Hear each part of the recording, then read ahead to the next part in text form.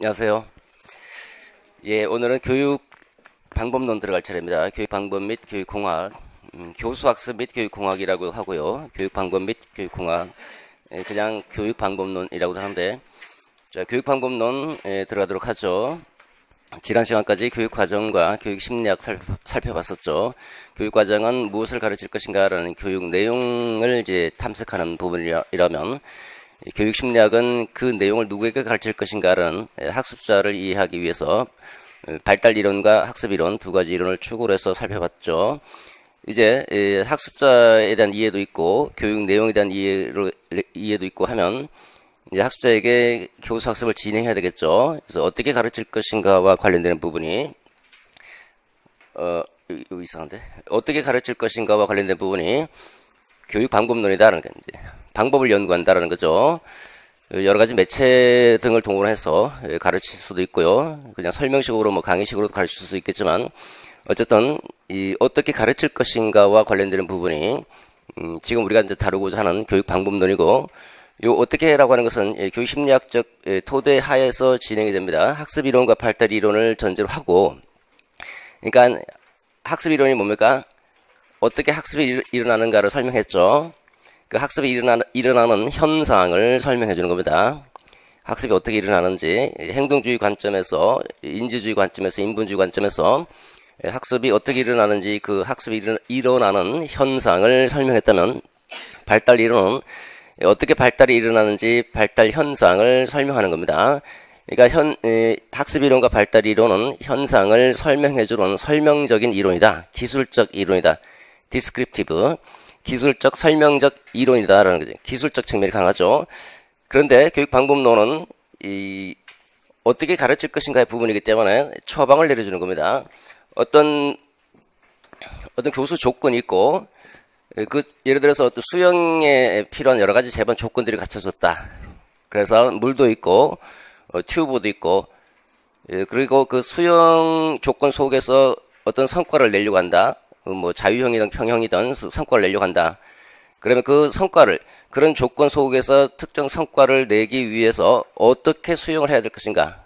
어떻게 수용을 할 것인가와 관련되는 부분이 이 수용의 방법론이겠죠. 마찬가지로 교수 조건이 주어지고 특정 성과를 내기 위해서는 어떻게 가르쳐야 될 것인가라는 주로 교육 방법론이라고 하는 것은 이와 같이 처방을 내려주기 위한 처방적이고 마땅히 따라야 할 규범적 이론이다 라고 얘기를 하는 겁니다. 교육 방법론은 규범적 처방적 이론이다.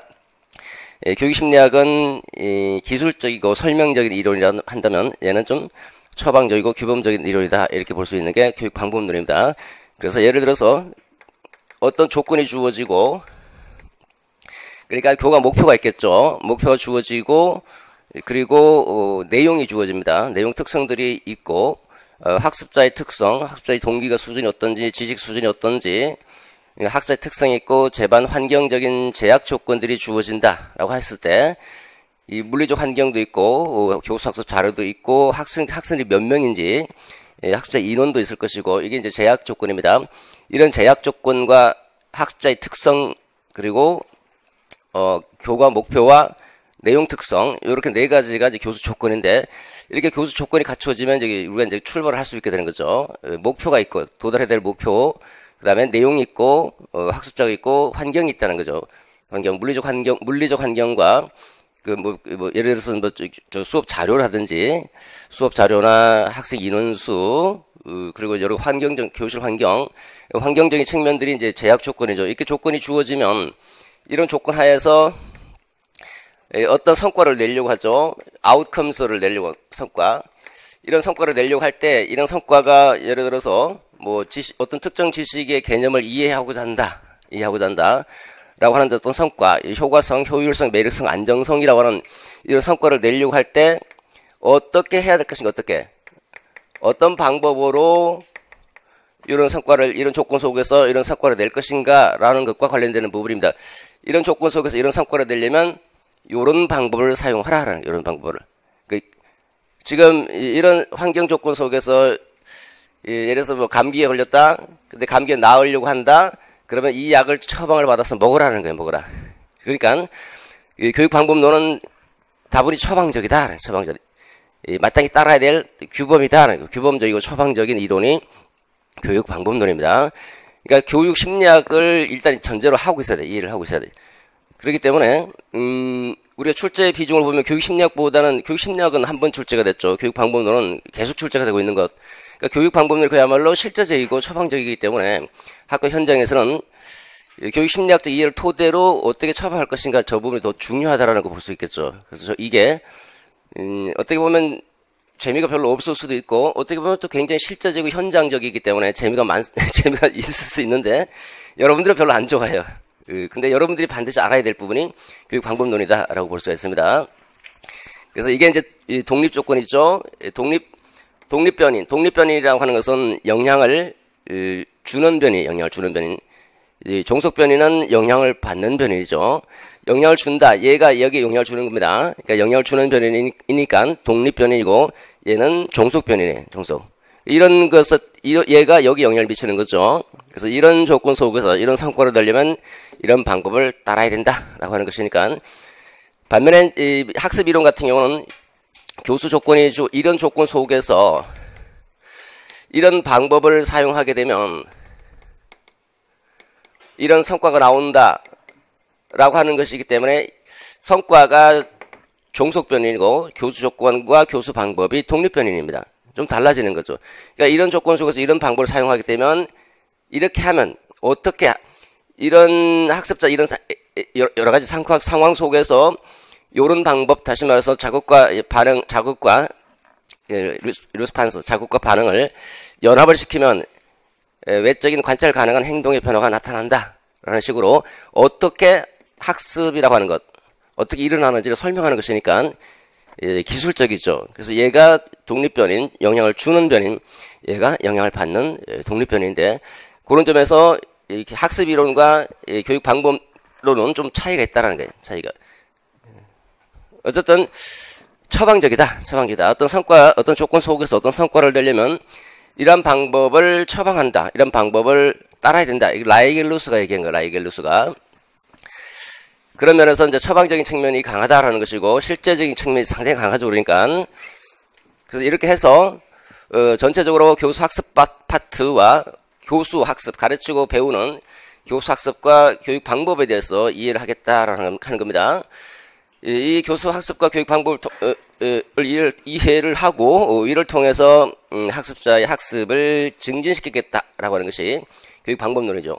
이제 학습을 어떻게 증진시킬 것인가, 학습자의 학습을 어떻게 증진시킬 것인가가 이제 궁극적인 목표다. 교육 방법론의 궁극적인 목표는 학생의 학습을 증진시키는 것이 이제 궁극적인 목표고, 이 학습을 증진시키기 위해서 어떤 교수 방법으로 학생들에게 처방을 내릴 것인가라는 것과 관련되는 부분이다라는 것. 이렇게 하자면 일단은 교육 방법론에서는 전체적으로 수업을 설계할 수 있어야 돼. 수업을 그 수업 설계와 수업을 설계를 잘 해야 돼. 수업을 설계하고 그 다음에 어떤 방법으로 수업을 접근할 것인지 수업 방법 이 두 가지가 큰 축이라는 거예요. 수업을 설계한 다음에 그리고 이제 수업을 운영할 때 어떤 방법으로 접근할 것인가 부분 교수 학습 파트와 방법에 대한 부분이죠. 교수 설계하고 교수 방법이에요. 교수 방법.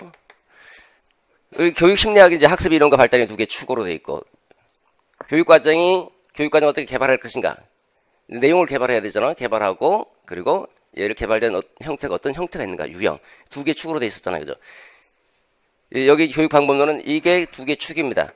근데 이게 좀 복잡해요. 얘가 또 많고 이론들도 많고 그래서 크게 보시면 여러분들 그 띵킹 맵이 있죠. T맵에 보시면 교육공학과 첫 시간에 나눠드렸던 자료였죠. 교육공학과 이 교수 설계 그 다음 교수 방법 이렇게 돼 있죠.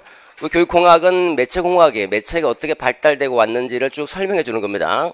그래서 주로 이제 처음에 나오는 매체는 시각 매체죠. 눈으로 보면 여러분 페이퍼로 되어 있는 게 다 시각 매체죠. 시각 매체에다가 조금 발달되면서 이제 청각이 가미되죠. 이제 시청각 매체가 등장하게 되고 거기다가 시청각이면 시각과 청각 두 가지 우리 오감각 중에서 두 가지 감각을 사용할 수밖에 없는데 여기다가 세 가지 감각이 더 추가가 돼서 시청각 통신이라는 형태로 등장하게 됩니다. 이런 매체의 발전 과정과 매체를 연구하고 있는 부분이 교육공학이다라고 볼 수 있겠고, 이런 매체들을 활용해서 이제 수업을 설계하고 학습을 진행하게 되는 거죠. 그래서 큰 축으로 보면 어떻게 가르칠 것인가와 관련해서 여러분들 반드시 설계를 해야 될 것이고, 두 번째 어떤 방법을 활용할 것인가, 뭐 협동학습을 할 것인가, 아니면 뭐 설명식으로 강의식으로 할 것인가라는 부분을 생각을 해야 된다고 하는 겁니다. 그래서 크게 교육 방법론은 이 두 개 축으로 되어 있고, 교육공학의 도움을 받아서 설계와 방법을 강구하게 된다는 거죠. 그래서 첫 번째 교육공학입니다. 교육공학에서는 공학이 뭔지를 간단하게 이해하게 될 것이고, 공학의 역사는 굉장히 짧아요. 이 교육공학의 우리나라 이제 교육공학을 처음으로 학과로 개설한 데가 이제 이화여대죠. 이화여대에서 처음으로 교육공학을 개설했고, 교육공학 자체가 학문적인 뭐랄까 이제 역사가 굉장히 짧습니다. 그래서 공학이 뭔지 이거는 우리가 알 필요가 없어요. 객관식이 아니기 때문에. 공학의 역사도 마찬가지죠. 시각과 시청학 교육, 요거는 우리가 알 필요가 없어요. 지금은 시청학 통신 형태로 이해하고 있기 때문에 요 교육공학에 대한 이해 파트는 이 시청학 통신, 요거를 이제 커뮤니케이션 모델이다, 커뮤니케이션 이론이다 이렇게 얘기합니다. 커뮤니케이션 모델, 커뮤니케이션 이론 또는 시청각 통신 이론, 시청각 통신 모델, 요거를 좀 알아둘 필요가 있는데, 여기 두 사람이 붙어 있습니다. 뭐 여러 사람이 있지만 가장 대표적인 사람이 이제 볼로라고 하는 사람이 있고요. 쉐논과 슈람이라고 하는 사람, 이 두 사람이 시청각 통신 이론을 어떻게 제기하고 있는지 이 두 가지를 알아둘 필요가 있죠. 누구? 볼로와 쉐논과 슈람이라고 하는 사람이 있습니다. 이 두 사람이 여기 있고, 요 파트는 이제 출제가 된다면 저 시청각 통신 부분에 집중이 될 것이다. 그 다음 이제 매체죠. 그러니까 이제 교육공학은 결국 이제 매체를 연구하는 파트가 교육공학입니다. 그래서 매체의 특성과 연구, 매체 어떻게 선정하고 어떻게 활용할 것인가, 매체는 어떤 종류들이 있는지, 비투사, 투사 매체, 이런 걸 살펴야 되는데, 이건 다 객관식 용도예요, 이런 거 전부 다. 객관식 용도고, 논술식으로, 서술식으로 생각한다면, 실제적이죠. 교수 매체를 선정하고 활용하는 것은 여러분 당장 수업에 현장에 나가서 매체를 선정하고 활용하는 어떤 방법을 알아야 되기 때문에 이 매체의 선정과 활용은 매우 실질적인 부분이고, 그래서 매체에 대해서 이제 출제가 된다면 이게 이제 제일 중요하다는 거예요. 이 하이니히라고 하는 사람이 있습니다. 하이니히의 어슈어 모형을 알아둘 필요 있고, 하이니히의 어슈어 모형은 이 매체 선정과 활용에 대한 지침을 제공하고 있습니다. 지침. 요대로 따르면 매체 선정과 활용이 효과적이다라는 것을 보증할 수 있다. 어슈어 할 수 있다라는 그런 의미가 들어가 있고, 요 어슈어는 약자예요, 약자. 그래서 요거를 이제 영어 단어로 해서 그 각 단계별로 어떻게 진행이 되는지를 살펴볼 필요가 있습니다. 자, 다음, 자, 이렇게 해서 이제 교육공학의 간단한 두 가지가 이제 중요 파트니까 이 두 가지를 보시고, 이제 본격적으로 교수 설계죠. 이제 수업을 설계하는 수업. 수업과 교수는 어떤 관계가 있는가? 수업보다는 교수가, 이게 뭐 섞어서 써요, 그냥. 여러분들 섞어서 써도 상관없습니다. 수업보다는 아무리 생각해봐도, 상식적으로 봐도 무슨 말인지 몰라도 수업보다는 교수가 좀 크겠죠, 그죠? 좀 큰 범위다, 넓은 범위다. 수업하면 우리가 당장 떠오르는 게 지금 당장 여러분들 제가 수업을 하고 있잖아요, 이거. 이게 교수 학습을 하고 있는 이 활동, 학생과 교사가 교수 학습을 하는 이 활동 자체가 수업이라 한다면, 교수는 이것보다 범위가 넓죠. 수업을 하기 전에 먼저 계획을 세우잖아요, 그죠? 제가 수업 계획을 세우고 또 나름대로 이제 자료와 매체를 만들고 이렇게 계획을 세우고 자료를 만들고 수업을 진행하고, 그다음 수업 진행한 다음에 다시 돌아가서 내가 제대로 가르쳤나? 암기 테스트 해보니까 좀 잘 모르는데, 그래서 다시 영상을 돌려보고 또 그 질문 들어온 것도 확인해서 이게 잘 이해가 안 됐나 보다. 다음에 그 좀 이해가 안 된 부분들은 다시 설명하고 평가를 하는 거잖아요, 그죠? 이 일련의 전체 과정, 수업을 중심으로 해서 이루어지는 이 수업에 대한 계획, 활용하고 평가하고 하는 전체 과정, 좀 넓은 범위가 교수다, 교수. 이거는 우리가 알 필요 없습니다. 근데 이걸 이제 섞어 쓴다는 그냥. 그래서 교수를 어떻게 설계할 것인가, 다시 말해서 수업을 진행하기 위해서 어떻게 설계할 것인가, 설계를 해야 되는 거죠. 디자인. 물론 그 디자인, 설계 부분과 개발 부분은 또 달라요, 또. 설계는 디자인 하는 겁니다, 그야말로. 우리가 지도 하나 짜는 거예요, 일단. 지도 하나 짜면, 지도 하나 짜진 거 가지고 뭐 합니까? 자료 만들어야 되잖아요. 그죠? PPT 자료 활용 이렇게 써놓고 PPT 자료 말이야 안 만들면 안 되죠. 그거는 개발이에요, 개발. 근데 또 이것도 섞어서 쓰게 돼요, 그냥. 근데 엄격하게 구분하면 이제 설계가 우선시 되는 거죠. 설계가 돼야지 그다음에 그 디자인에 맞춰서 도안에 맞춰서 구체적인 물건들을 만들어내죠. 이 자동차를 설계하면 자동차 설계 디자인을 해놓으면 그 디자인대로 부품들을 이제 만들죠, 그죠? 그런 과정인데 어쨌든 수업을 먼저 설계하고 그다음에 방법론 이렇게 들어가는데 저 교수 설계라고 하는 부분이 이 인스트럭셔널 디자인입니다. 인스트럭셔널 디자인, 교수 설계, 또 수업 설계라고도 해요. 자, 요거는 일단 기본적으로 마찬가지로 수업 설계와 관련된 시각적인 모형이 있고요. 요렇게 따라하라, 요렇게.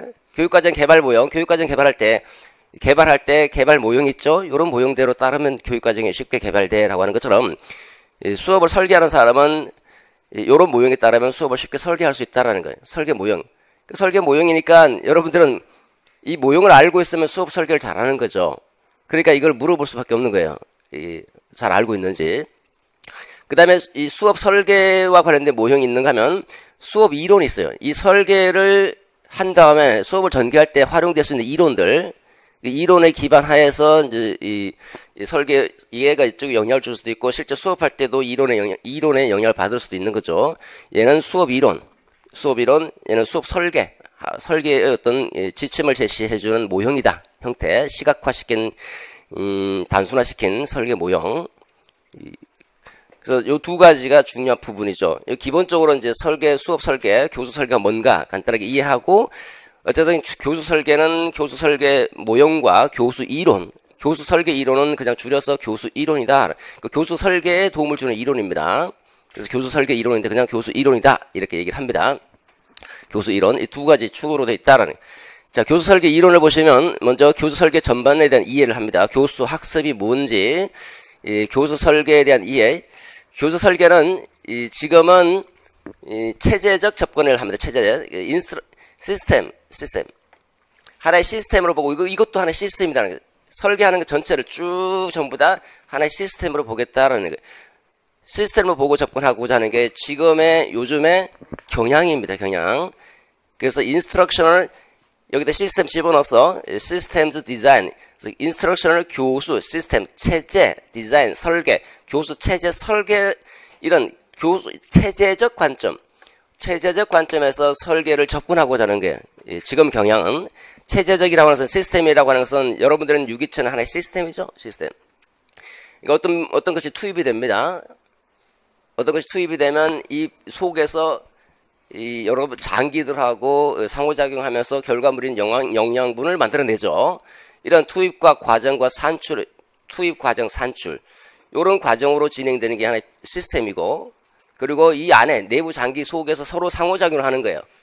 서로 요소들이 서로 상호작용을 하면서 영양분을 만들어내죠. 상호 의존적이고 상호작용하는 관계, 이 두 가지가 바로 시스템의 특징이에요. 시스템은 투입 과정 산출의 형태로 진행이 되고 그 과정 속에 여러 요소들이 상호 의존적이면서 상호작용을 한다는 거예요. 우리 사회도 하나의 시스템을 바라볼 수 있죠. 사회를 하나의 시스템을 바라보면 새로운 세대 나타나고 또는 어떤 문화가 들어오죠. 외국에서 문화가 들어올 수도 있죠.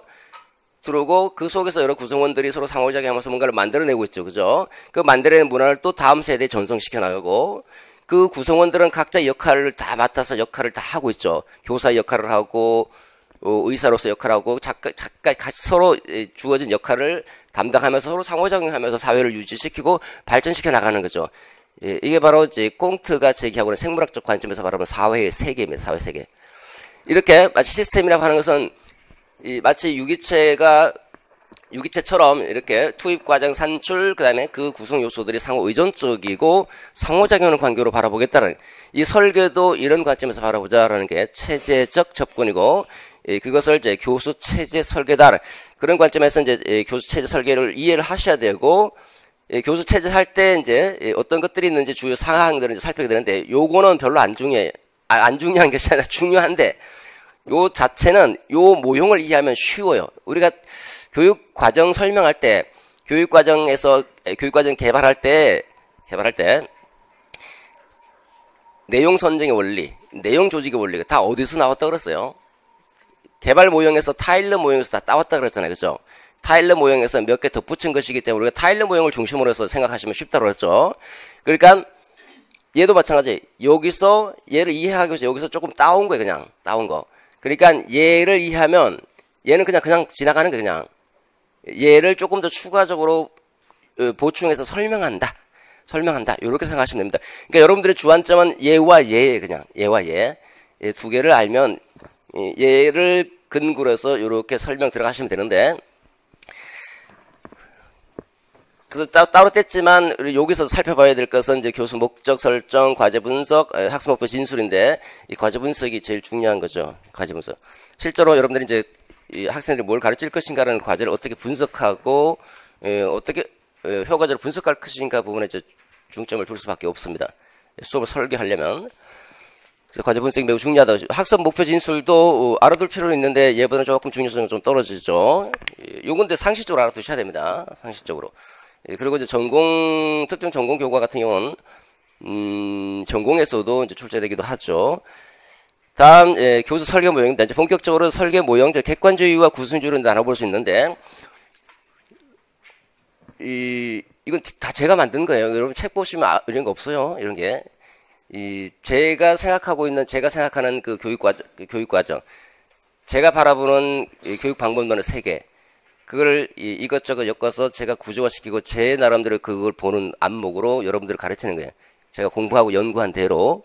그러니까 여기도 이제 객관주의와 구순주의로 나눠서 이제 생각을 해볼 수 있는데, 객관주의라고 하는 것은 우리가 뭔가를 가르치는 거죠.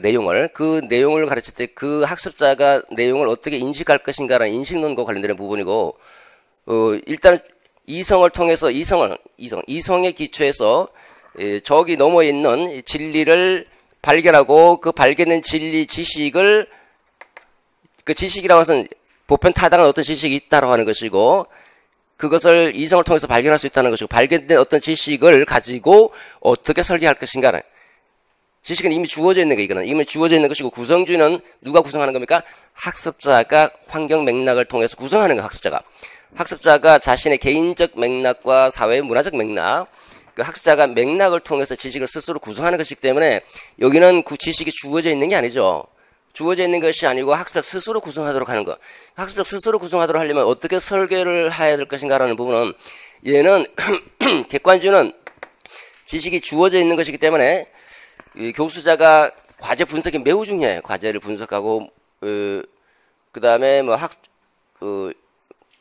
요구 분석, 학습자 요구가 뭔지 요구 분석하고 과제 분석하고 하는 것들이 매우 중요한 파트를 한다면, 얘는 어떻게 합니까? 얘는 구성주의는 문제가 매우 중요해요. 문제를 던져놓고 설계한다면, 구성주의 입장에서는 설계할 때는 지식을 중심으로 설계하는 것이 아니라 문제를 던져주고 그 문제를 학습자가 해결하도록 하면서 정보만 옆에다 제공해주면 그 정보를 학습자 스스로 찾아서 지식을 자기들이 개인적으로 사회적 상호작용을 통해서 그 개인적으로 개별 학습과 그 자기주도적 학습과 동료 학습, 이 협동 학습 등을 통해서 스스로 지식을 구성하도록 하는 게 구성주의지.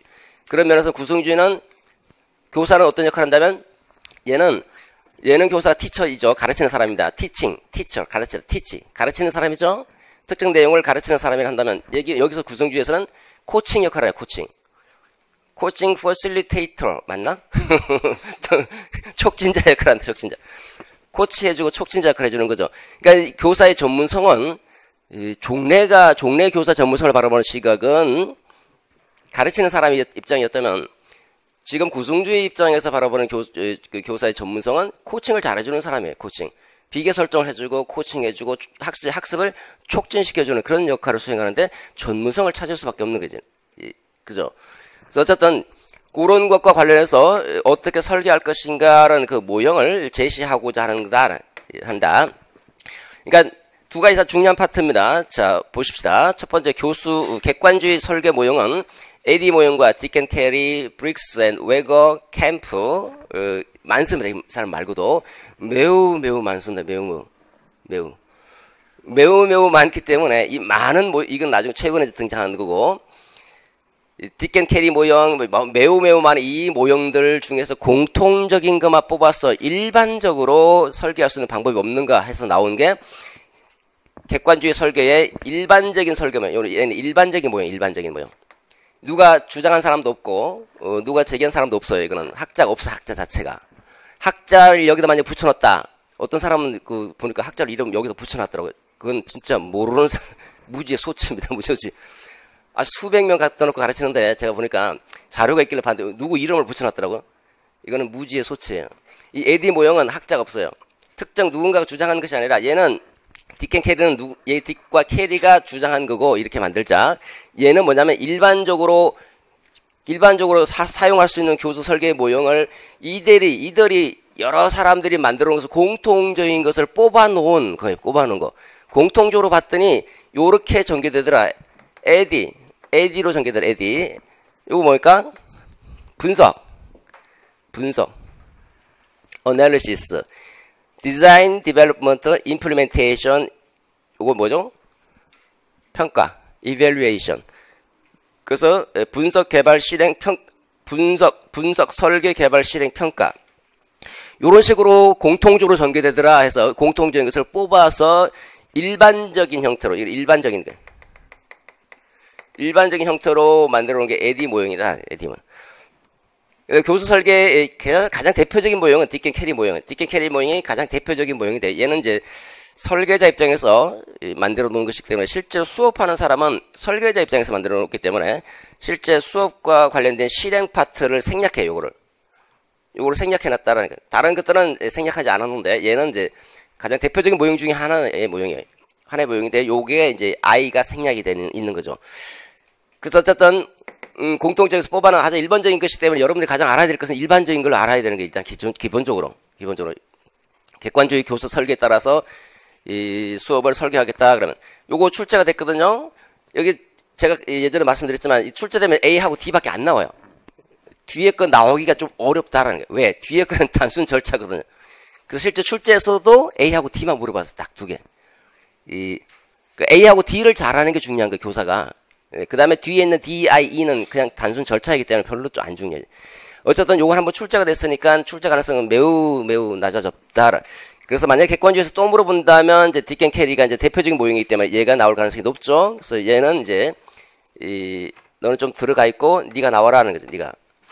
그 다음에 브릭스, 웨거, 캠프 요거 되게 중요한 것 중에 하나인데 교과서에 지금 대부분의 교과서에 잘 안 다루고 있어요. 최신의 이론 중에 하나인데 대부분의 교과서에서 안 다루기 때문에 출제 가능성은 조금 낮지 않을까. 매우 어렵게 나오면 이걸 물어보면 제가 알기로 한 99% 거의 100% 모를 거예요. 왜냐하면 교과서에서 잘 안 들어오니까.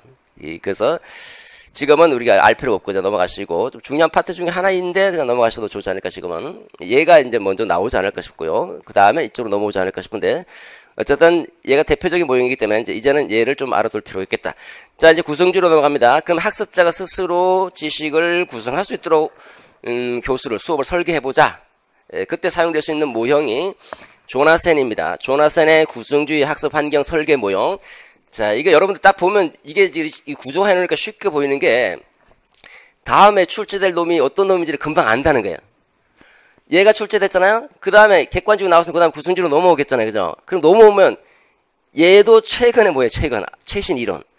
얘는 아주 전통적이고 조나센은 살아있는 교수학습 파트의 1인자가 딱 버티고 있는데 얘를 낼까요?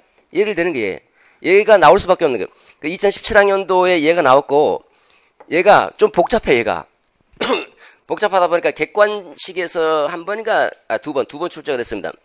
두 번 출제가 됐는데 좀 자잘자잘 하다 보니까 안 나오겠지 한 거예요. 그냥 안 나오겠지. 강의하시는 분들도 안 가르치고 문제로도 안 다루고 그러니까 80% 이상이 다 틀린 거 전부 다 여기서 2017학년. 그러니까 2017학년도가 점수가 굉장히 낮았어요. 커트라인이 12점인가 13점인가 그렇습니다. 그래 엄청 낮았고 엄청나게 항의도 많이 자기가 점수 못 보면 누구한테 화풀이 합니까? 평가만 화풀이 하는 거잖아요. 왜 화풀이 합니까? 화풀이 하지 마세요. 괜히 남 탓하지 마세요. 본인을 생각해서 남 탓하는 사람 절대 만나지 마십시오. 본인 피곤해집니다. 누구 탓하고 친구 탓하고 사회 탓하고 정부 탓하고 평가원 탓하고 이런 사람 만나지 마세요. 이제 여러 같이 이제 만나서 살다 보면 살면 그냥 자기가 그냥 감수하고 넘어가 버리면 편해요 그냥. 근데 자꾸 상대방을 탓합니다. 너 때문에 너 때문에 왜 이런 식으로 하면 매우 피곤해지죠. 그러니까 어쨌든 그게 중요한 건 아니죠. 이거 중요할 수밖에 없는 거예요. 제가 2017학년도 이 문제를 이제 모의고사 출제했거든요. 이상하다 이상하다 얘가. 작년에 그 워크 출제하면서도 이거 이상하다 이상하다. 이게 이제 출제가 됐죠. 어쨌든 얘가 이제 출제가 됐는데 이제 요거는 좀 가능성이 좀 낮아졌죠 이제. 예. 딱 보이는데 이게 왜 말이죠. 얘가 이제 빠지고 그럼 얘가 나와야 되는데 얘도 조금 그래요. 아마 R2D2, 4CID 그 들어보지 못한 사람이 99%일 거야 아마. 그러니까 최근의 이론이고 이다 보니까 여기도 마찬가지로 좀 보기는 봐야 될 것 같은데 조금 부담이 있다라는 거예요. 지금은 여러분들은 모르고 넘어가셔도 됩니다. 그래서 이제 모형은 이제 나왔다는 거예요. 얘는 아직 안 나왔지만 이제 그 구성주의하고 객관주의 이렇게 이제 나눠볼 때 나올 게 나왔다. 그럼 이제 밑으로 내려가겠죠. 교수 설계 이론으로 이제 들어갈 수밖에 없겠죠. 근데 만약에 요걸 물어본 다음에 이제 요거를 물어본 다음에 이게 출제가 됐으니까 어디로 가겠습니까? 이제 이쪽으로 들어가겠죠. 얘 중에서 깊이 조금 더 들어가는 게 이제는 더. 야, 너 그러면 과제 분석, 여기 분석 단계, A가 분석 단계잖아요? 분석 단계에 보면 이제 분석이 요구 분석이 있고요. 요구 분석. 요구를, 이 갭입니다. 갭을 분석한 다음에, 그리고 학습자를 분석하고, 과제 분석, 여기 과제. 과제 분석, 이게 들으시죠? 어차피 여러분 공부를 하는 겁니다. 학습자 분석. 그리고, 환경을 부용성 환경. 이걸 분석해야 돼, 이거를. 이 네 개를 분석하는 게 A 단계에서 하는 거예요. 자, 요구 분석을 통해서 교수 목적이 설정이 돼요. 그럼 교수 목적 설정과 관련돼서 요구 분석은 어차피 교수 목적 설정과 관련되니까 크게 어려움이 없을 겁니다. 그 다음에 이제 과제 분석을 해야 되죠. 과제 분석. 요 A에서 하는 거니까 과제 분석에 대한 구체적인 측면 더 깊게 들어서 과제 분석 어떻게 하는데 이걸 이제 물어볼 수 있고요. 학습자 분석과 환경 분석은 이것도 이제 물론 출제될 수 있죠. 요 세부적인 내용 중에서 이제 하나를 끄집어내서 학습자 분석 아니면 이제 과제 분석 아니면 요구 분석 요런 것들을 끄집어내서 이제 체킹할 수 있다는 겁니다. 근데 학습자 분석과 환경 분석은 이미 앞에서 그 어슈어 모형도 처음에 A가 분석 학습자 분석에서 이미 다루고 있기 때문에 여기는 쉬워요. 똑같은 내용이니까. 환경 분석 이건 그렇게 뭐 중요한 부분도 아니죠. 여기는. 요거 과제 분석과 학습 분석 앞에서 어차피 다루고 과제 분석에 대해서 집중적으로 물어본다면 이제 이걸 물어볼 수 있다라는 거니까요. 요걸 통해서 어떻게 되냐? 요걸 통해서 그 다음에 이제 목표 진술하면 이제 목표를 어떻게 진술할 것인가 이제 이걸 알아야 되는 거죠. 얘가 여기서 다 나오는 겁니다. 아까 말씀드린 대로 얘를 토대로 해서 조금 더 들어가자라는 거야. 조금 더 들어가자. 그래서 이제 얘가 출제가 됐기 때문에 더 들어가서 물어보면 이 중에서 물어볼 수 있다라는 거예요. 이 중에서 제일 중요한 게 이제 이 과제를 분석하는 거예요. 선생님이 과제를 분석할 수 있어야 되니까. 그래서 요 과제 분석, 학점 분석, 환경 분석, 요게 이제 요거와 관련되는 건 어디 갔어? 넘어가겠습니다. 자, 요렇게 해서 설계 모형, 그 다음에 설계 이론이죠. 교수 이론, 요 설계할 때 활용될 수 있는 이론입니다. 자, 요것도 좀 뭔가 많이 붙어 있습니다, 여기는. 자, 객관주의와 구성주의로 나눠서 객관주의 교수 이론, 구성주의 교수 이론 나눠보도록 하죠. 객관주의는 가네부터 출발하죠. 가네는 세계대전 당시에 조교로 있었던 사람이에요. 그래서 행동주의 영향을 많이 받은 사람입니다. 행동주의. 그 다음에, 그리고 이제 학교 나와봤더니, 밖으로 나왔더니, 인지주의. 객관주의 다음에 등장하고 있는 그 인지주의가 시대를 풍미하고 있더라. 그래서 이 사람은 행동주의와 인지주의의 딱 두 가지를 접목시키는 사람이에요. 그래서 이론이 매우 복잡하고, 책 한 권이 엄청나게 두껍고, 너무 힘들어요, 이게. 아주 복잡한 사람이, 가네가. 그래서 행동주의에서 인지주의로 그러니까 너무 가네. 가는 사람이 이렇게. 그 둘 쪽을 다 결합하고 있기 때문에 좀 복잡하지만 뭐 그렇게 어렵진 않죠. 어쨌든 얘보다는 이제 밑에 있는 사람 더 중요합니다. 가네 있고, 그 다음에 메릴. 자, 뭘 가르칠 것인가 할 때 이제 교수 설계하고 할 때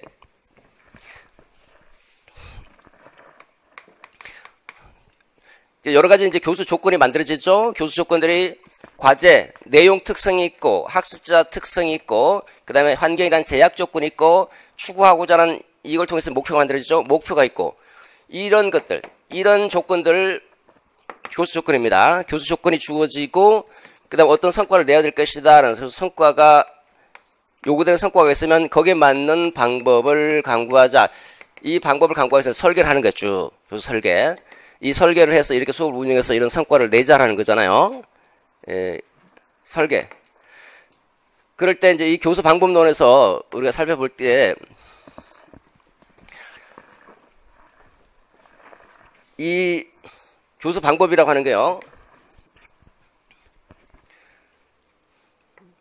내용, 이거는 이제 어떻게 조직할 것인가, 내용 조직, 조직 전략. 이 조직된 내용을 어떻게 전달할 것인가라는 전달 전략. 그 다음에 이걸 어떻게 관리할 것인가 하는 관리 전략. 요 조직이 뭐예요? 내용을 조직하는 겁니다. 내용을 미시적으로 조직할 것인가, 거시적으로 조직할 것인가. 미시가 하나의 아이디어를 아이들에게 가르칠 때, 거시는 복잡한 여러 가지 아이디어를 가르칠 때, 하나의 아이디어를 가르친다. 대한민국의 수도는 서울이다. 라고 하는 거. 하나의 아이디어죠. 그죠? 이걸 말할 수 있는가? 단순한 사실을 기억할 수 있는가라는 거. 사실의 기억, 이 하나를 가르칠 수도 있고요. 어떤 개념을 활용할 수 있을 것인가, 개념을 또 적용할 수 있을 것인가. 요 하나의 아이디어 하나씩.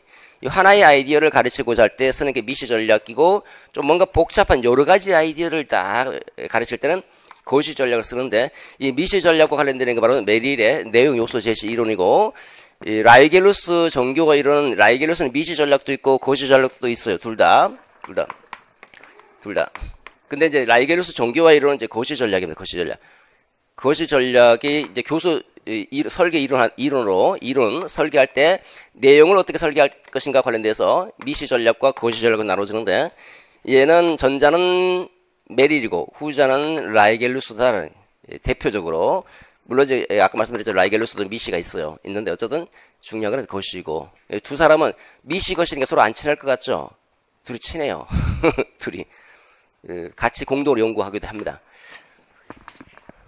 자, 이런 게 하나의 아이디어를 가르치는 것과 관련되는 거. 이건 여러 가지 복잡한 아이디어를 가르치는 것과 관련된 이론이고, 그 다음에 학습자의 학습 동기를 불러일으켜야 돼. 이제 동기를 불러일으키기 위한 방법이 켈러의 악스 모델, 악스 이론, 악스 attention 주의를 집중시키고, relevance 관련성, confidence 자신감, satisfaction 만족감.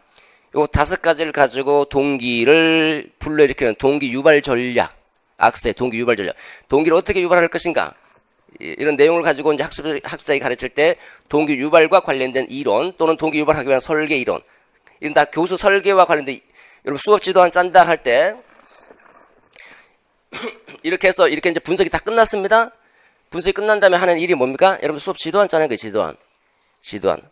한 차씩 지도안을 짤 때, 지도안 짠다 그러면 지도안 내용들이 이제 여기 이제 분석해봤더니 하나의 아이디어다, 복잡한 아이디어다, 이걸 이제 1시간에 가르치겠다 라고 하는 거겠죠. 그러면 여기 이제 메릴에 따라서 내용을 분석할 수 있고, 라이겔루스에 따라서 분석을 할 수 있고, 그 다음에 중간중간에 동기를 부여해야 되잖아요. 동기를 어떻게 불러일으킬 것인가. 동기 유발 전략, 동기 유발, 그걸 설계하는 게 악스. 이거는 지난번에 우리가 교육 심리학에서 다뤘던 교육 동기 이론하고 달라요. 교육 심리학에서 동기 이론은 심리학은 뭐예요?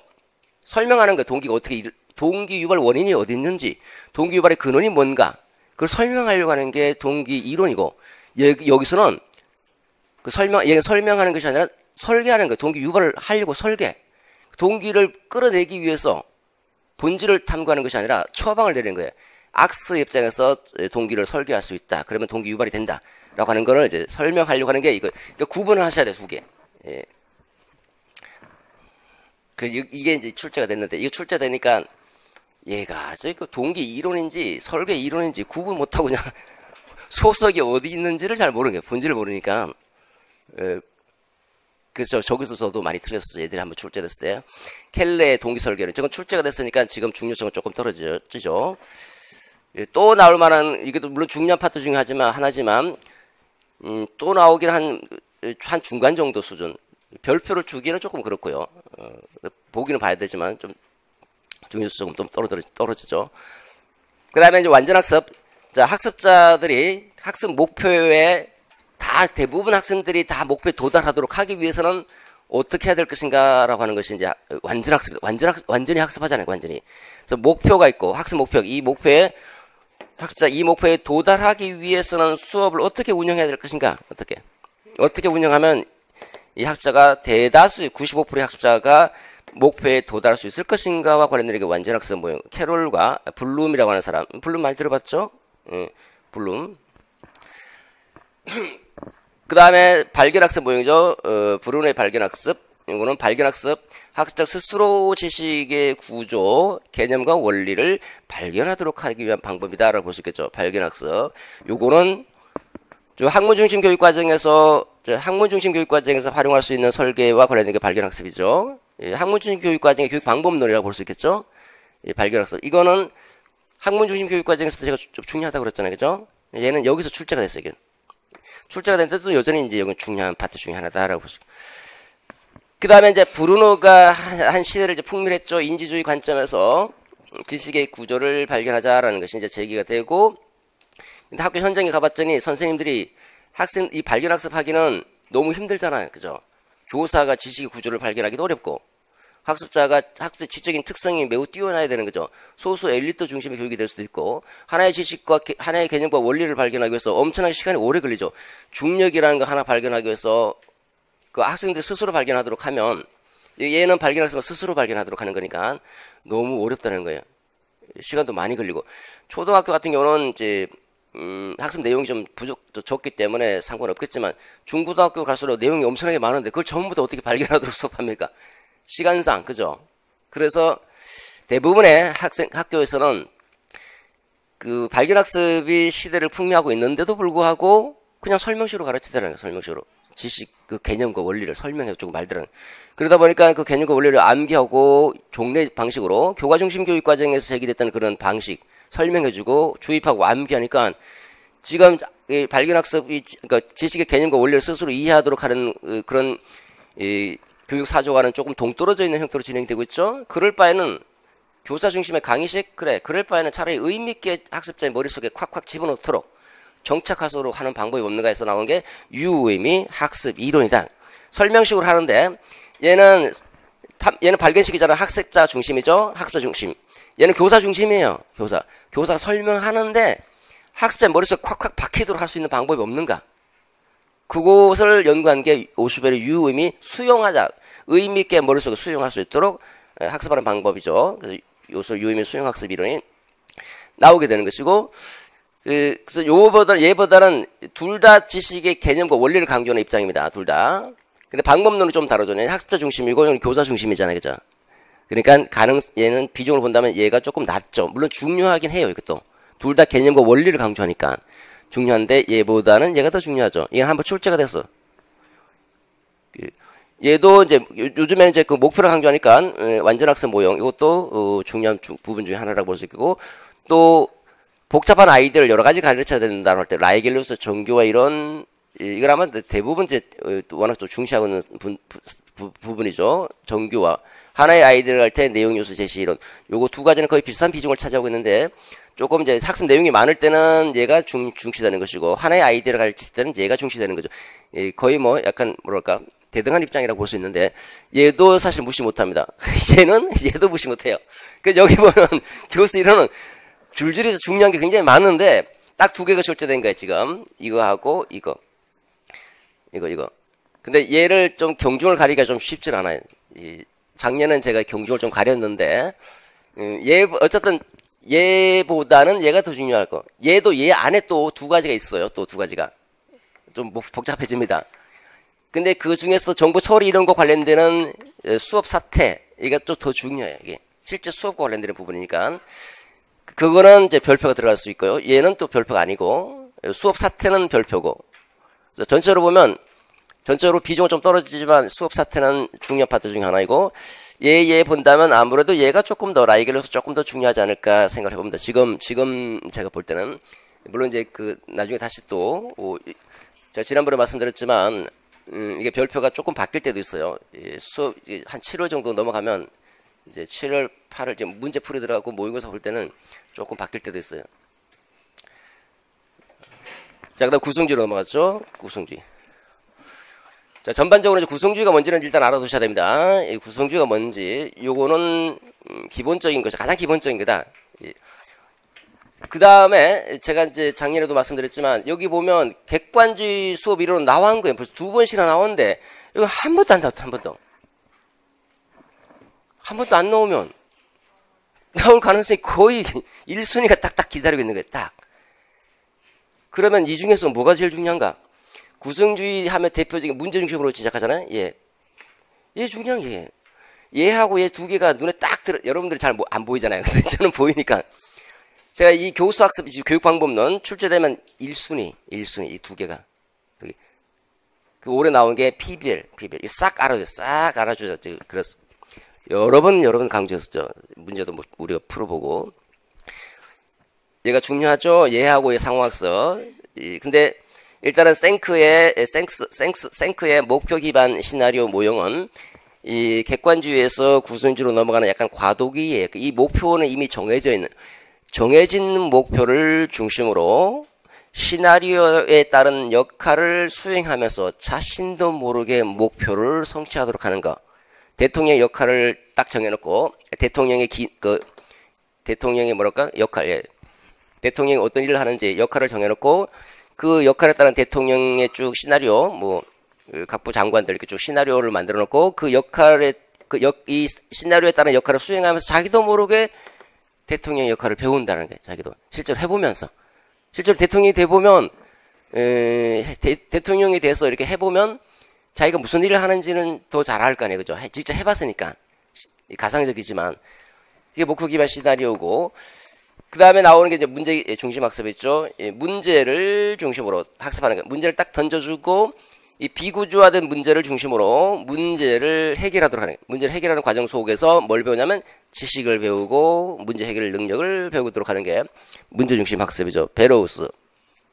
그 다음에 상황학습 이론입니다. 상황학습 이론은 이 우리가 종래 가르치는 내용들은 전부 다 이 상황과 결부가 안 돼 있다는 거예요. 상황과 결부가 안 돼 있으니까 탈맥락적인 이 교과 지식을 가르치고 있어서 실제 상황에 적용이 안 되더라. 그래서 우리가 미적분을 배우면서 여러분 미적분이 어디에 적용되는지 압니까? 모르잖아요, 그죠? 그냥 탈맥락적인 교과서, 수학 교과서 지식이 있으니까 미적분을 배워왔고, 이 확률도 그냥 있으니까 배웠지. 확률이 어떻게 적용되고 있는지, 미적분이 어떻게, 미분, 적분이 어디에 활용되고 있는지 전혀 모르는 거잖아요, 그죠? 전문가들은 알지만 여러분들은 우리도 잘 모르잖아요. 그렇게 배우니까 실제 미적분이 요구되고 확률이 요구되는 상황 속에 직접 적용을 못 하더라는 거예요. 직접 상황과 결부시켜서 확률을 실제 상황과 결부시켜서 학습하게 되면 보면 보통 이제 몇 프로 할인한다. 원가를 안 적어놓고 몇 프로 할인가만 적어놨잖아요, 그죠? 그럼 원가가 얼마지? 계산해봐야 되잖아, 그죠? 이때는 비율을 배웠을 때 그 비율의 개념을 가지고 실제 상황 속에 바로 적용해보면 원가만 나오더라도 딱딱 계산해서 지금 비율을 적용해서 할인가를 적용해서 나온 그 가격을 보통으로 다시 역산해 갖고 원가가 얼마지 이렇게 계산해내는 거죠. 이런 식으로 상황과 결부해서 학습하잖아요.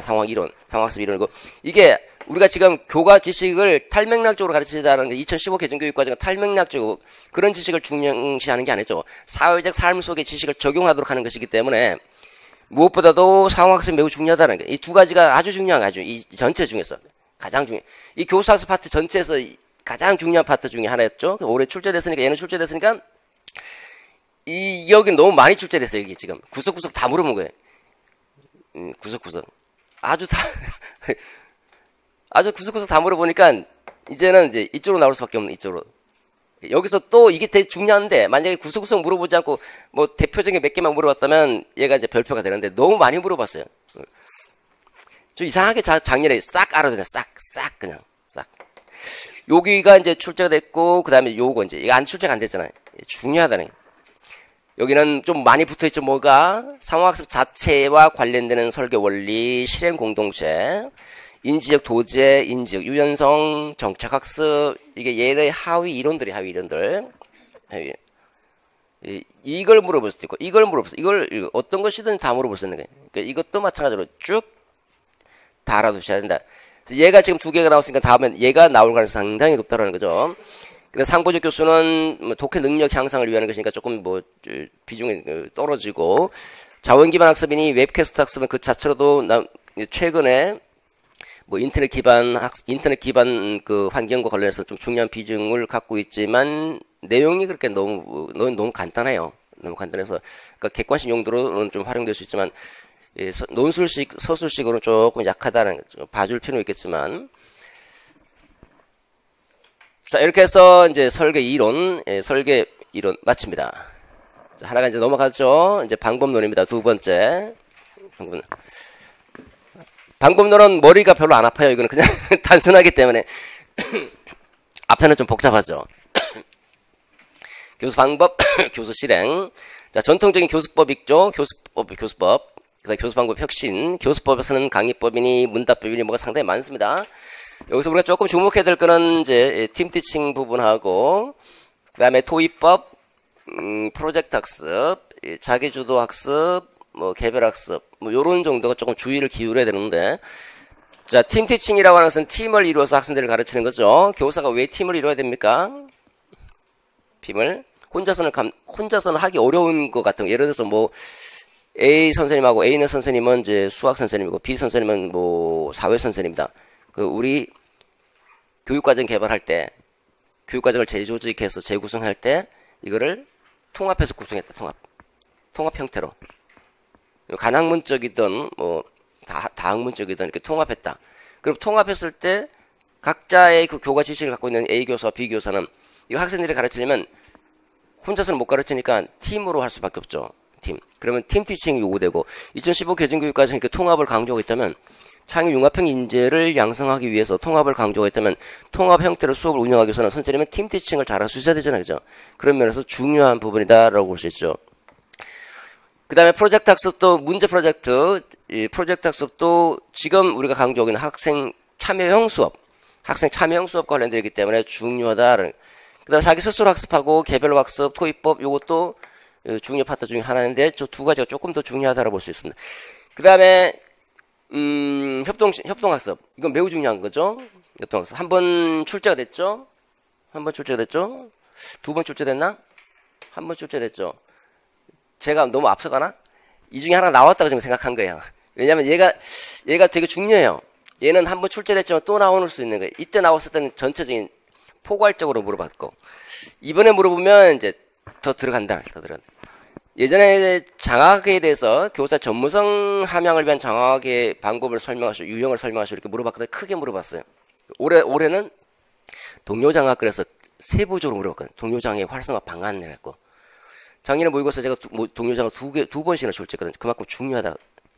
그 장학은 예전에는 크게 물어봤지만 장학은 이번에 구체적으로 하나 지목해서 물어본다고.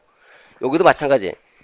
이제 크게 물어봤으면 우리가 이제 대비해야 되는 것은 지목해서 하나 딱 지목해서 이 중에서 알고 있는지 물어본다는. 예, 저 대비해야 될 것은 직소 모형과 코업, 그 다음에 그 스테드 모형, 팀 성취, 분담 모형. 이게 더 중요합니다. 나머지 전반적으로 일단 알아두셔야 되겠지만 제 세 개가 가장 중요하다라고 보시죠. 체육과분들 잘 아시죠? 이거 체육과에서 가장 많이 활용하는 것 중에 하나인데, 스테드 모형. 다른 전공 교과에서도 마찬가지겠지만요. 자, 그 다음에 교수 방법의 혁신입니다. 새로운 방법으로 이제 CAI, 컴퓨터 보조 수업을 한다. 네, 멀티미디어 수업, 원격, 액션 러닝, 블렌디드, 플립트. 있는데, 요거 조금 오래된 거죠. 그래서 이제 멀티미디어, 그리고 원격 교육까지는 지금 좀 그렇잖아요. 그죠? 액션 러닝, 그리고 블렌디드, 플립트. 요거는 중요한 파트 중에 하나다. 블렌디드. 혼합형 수업입니다. 혼합 수업. 그러니까 오프라인과 온라인을 혼합시켜서 수업하는 거. 그 블렌디드 러닝의 일종이 이제 플립트 러닝입니다. 플립트 러닝은 블렌디드의 일종이다. 플립트 뒤집다. 뒤집어서 종래 수업 방식을 뒤집어서 거꾸로 수업이다라고 번역하기도 해요. 뒤집어서. 우리가 보통 이제 강의를 한 다음에 그리고 나서 이제 학생들이 뭐 질문하고 토의하고 이렇게 하잖아요. 그죠? 질문하고 토의하고. 근데 얘는 플립트 러닝은 미리 이제 수업을 미리 해요. 실제 수업보다는. 그 동영상으로 수업을 미리 제공해주고, 그 동영상으로 집에서 공부를 한 다음에 와서 여기서 이제 토의하고 토론하고 이렇게 하는 겁니다. 그 플립드 러닝이죠. 온라인과 오프라인지 이것도 결합되어 있는 형태이기 때문에 블렌디드 러닝의 일종이다라는 두 가지가 중요한데, 요거 블렌디드는 객관식으로 한번 출제됐고요. 플립드 러닝은 출제된 적이 없습니다. 근데 두 가지가 새로운 방법의 혁신으로 중요성이 높다라고 볼 수가 있습니다. 자, 교수 실행은 모르셔도 될 것 같고요. 객관식 이거는 봐야 되는데 모르셔도 되고, 요 정도는 보셔. 마이크로 티칭. 요거는 이제 그 행정학에서도 다룹니다. 아마 행정학에서 아마 제가 또 구체적으로 설명해 놓은 것 같은데. 자, 이렇게 해서 교육 방법론 이제 마치는 거죠. 요거는 이제 우리가 2주간에 걸쳐서 교육 방법론을 다루고자 합니다. 내용도 좀 많고 좀 어려운 부분도 있고, 여러분들이 제일 싫어하는 게 제가 해보니까 교육 방법론하고 교육 행정학. 이 교육 행정학 너무 재밌고 쉬운데 이걸 왜 그렇게 어려워하는지를 피부로 와닿지 않아서 그러겠죠. 행정하면 뭔지 교장 교감이 일인 것 같고, 그 다음에 이거는 뭐랄까 담백해. 교육 방법론은 매우 담백하다. 그 교육 심리학은 이야기거리가 있으니까 뭐랄까 달콤달콤한데 얘는 그냥 담백해요, 그냥. 그래서 조금 싫어하는 것 같은데, 어차피 여러분들 이제 학교 현장에서 해야 될 일이고 또 출제 비중도 높고 하니까 한번 보시면 좀 잘 이해가 될 거예요. 잘 피상적으로 접근하기보다는 실제 수업을 만든다, 실제 수업을 설계하고 수업을 진행한다, 여러분 당장 공개 수업을 한다고 생각하시면서 접근하시면 좀 이해하기 조금 쉬울 겁니다. 좀 쉬었다 하죠.